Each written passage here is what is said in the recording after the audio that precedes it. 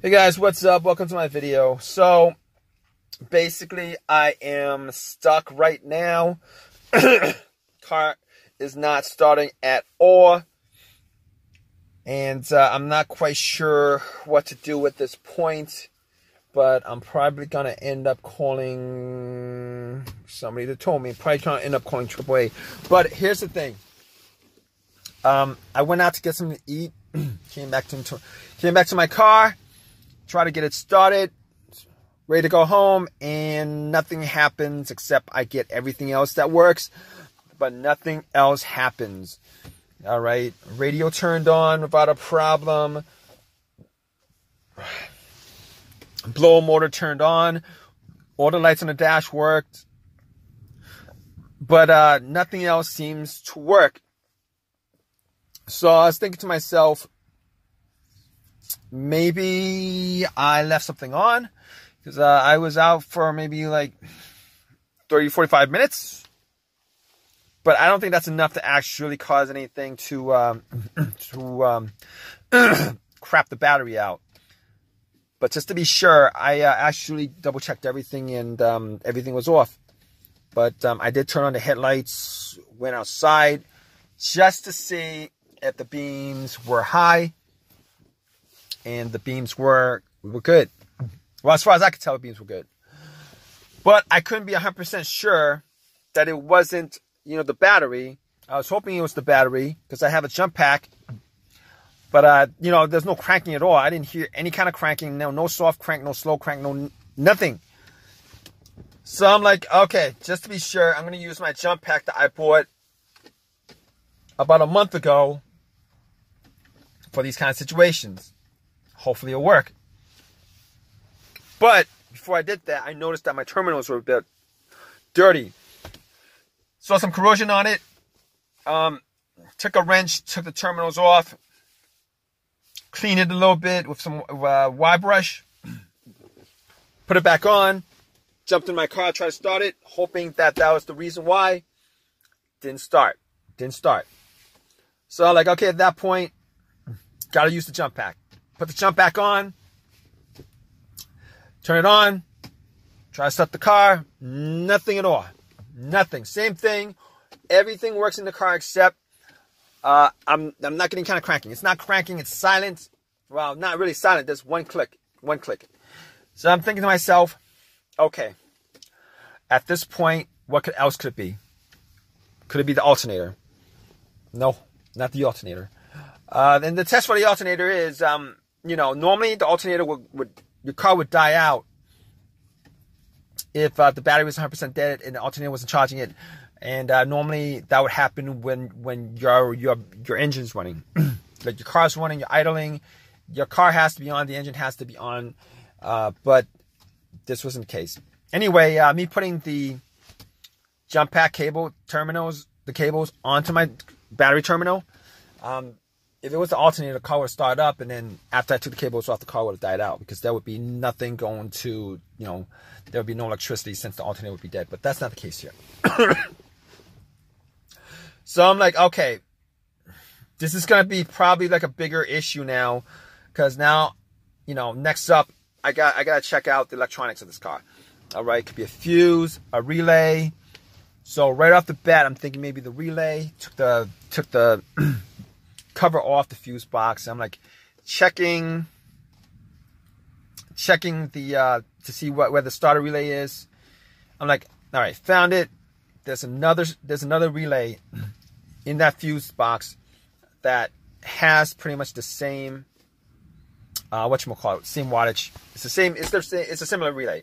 So I popped that out, popped the starter to the relay to the starter out, swapped it, hoping that was the case, because if that was the case, I would just need to Uber to an AutoZone and then get it. Guess what? Did it work? No, it did not work. Unfortunately, it did not work. And I didn't think it was the relay, because I was hearing a click coming from...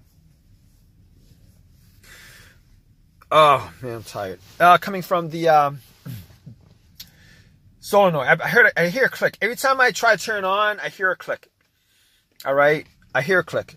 So, but this is not the first time I've had this situation. This is probably like the third time in about 2 months I had this situation. And the previous situations, I was able to turn on within like 5 or 6 different times. You know, the 5th or 6th time trying to turn on, I was able to turn on. But this time I tried like 15 times, nothing happened. So I don't think this is the case. I don't think that's the problem here, unfortunately. So it's not the relay, because I know, you know, once you hear that click, that's the solenoid on the starter going off. It's just the starter motor is not, you know, turned on. So let's move on to the fuse. The fuse. Could it be the fuse? So I'm thinking to myself, I don't have a fuse tester. I could get a fuse tester, but I'm not going to do that. Didn't do that. So I'm like, the only 2 times I had a fuse issue where the car didn't start were this. All right, one time the main fuse blew. Main fuse blew. So I'm thinking to myself, the main fuse blew at the time, and there was no electricity going to the car at all. Nothing turned on. There was nothing. No beeps, no lights, nothing. Swap out that fuse, the car turned back on, all the electricity turned back on. But unfortunately, that's not this case, because I am getting electricity into the car for everything except it's not starting. The second time I had a fuse issue was there was a fuse to the fuse pump or the car's computer that blew. It would crank up, but it would not turn over. It would not start. It would crank. It would not turn over. Swap out that fuse. Everything works. All right. But unfortunately, that's not this case, because everything turns on except this car is not cranking up. I mean, that's the main problem here. And it's not the fuses. As far as I can tell, it's not the fuses. So what else could it be?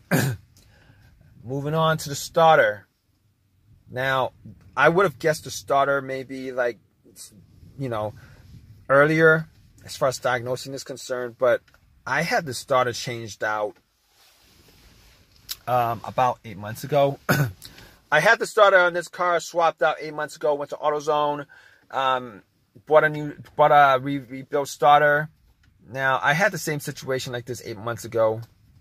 I mean, it wasn't like I was having this sporadically situation like before that, but it, you know, I woke up in the morning and tried to start my car in the morning, and I had this issue. Same issue.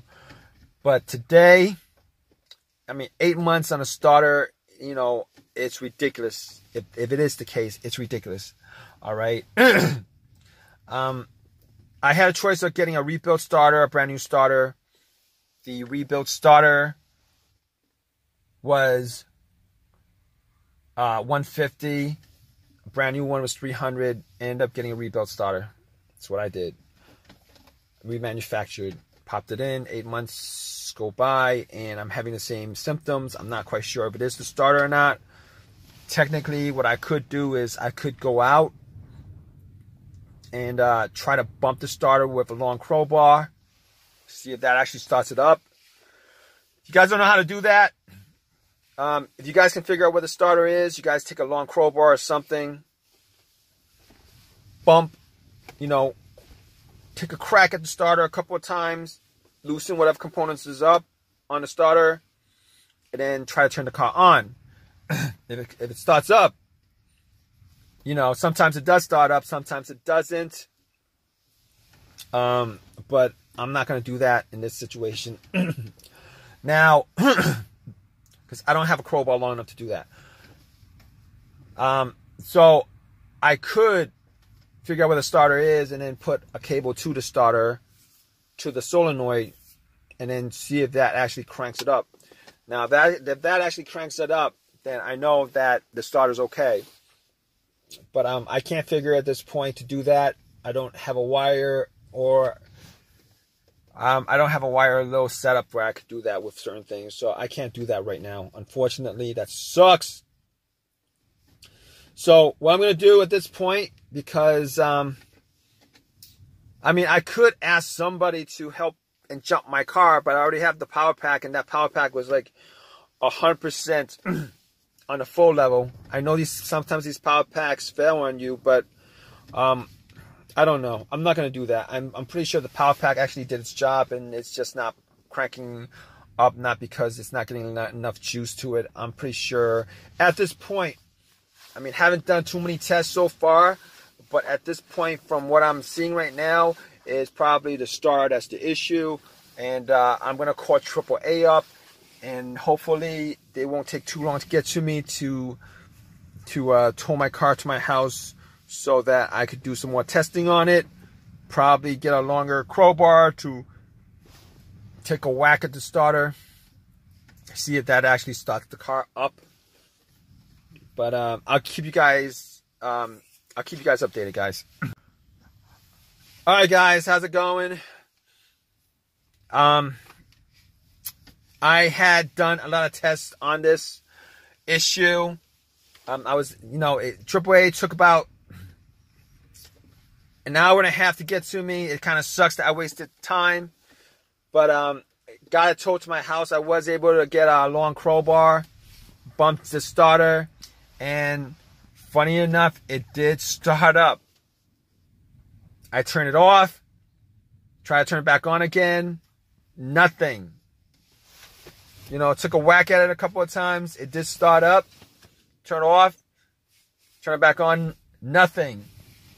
So at that point, I was pretty sure it was a starter, but just to be sure it wasn't a loose wire or something like that, I checked all the cables to it. They're good. So what I did next is I had taken a wire, I think it was like 12 gauge wire, or I think it was a 12 gauge wire, and I hooked it up to the battery. And what I did was I tried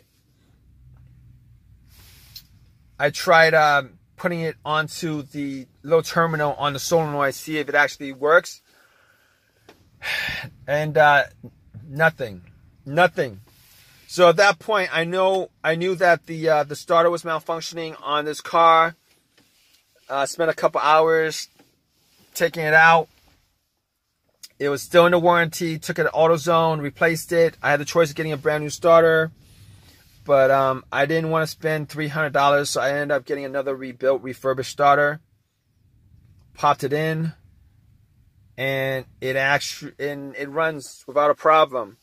Now, I had a couple words with AutoZone. I told them the situation. The starter lasted 8 months. Why did the starter only last 8 months? I mean, considering, starters should last over 100,000 miles, and I only put up maybe like 10,000 miles on this car over the last 8 months, and I am really disappointed. Even though I got the starter, a replacement starter for free, I think it's a lifetime warranty or whatever. That's not the point, because time is money, and I must have lost about 6-7 hours on this, 6-7 hours on this, which really, really, really sucks. But it is what it is. Here's the thing with rebuilt starters. You guys don't know anything about rebuilt starter. If you guys bought a rebuilt starter, just know that when they give you a rebuilt starter, when you buy a rebuilt starter or rebuilt alternator or anything that's rebuilt, they only fix the part that's broken. Like if the wire is the only part that's broken, that's the only part that they replace. Every other part that is on that starter, guess what?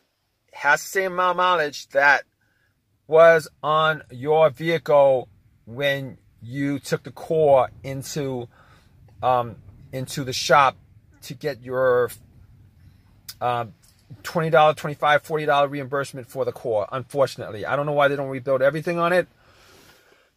I don't even know how they clean the damn thing to the point where it looks like it's brand new. It doesn't matter. It kind of sucks that way.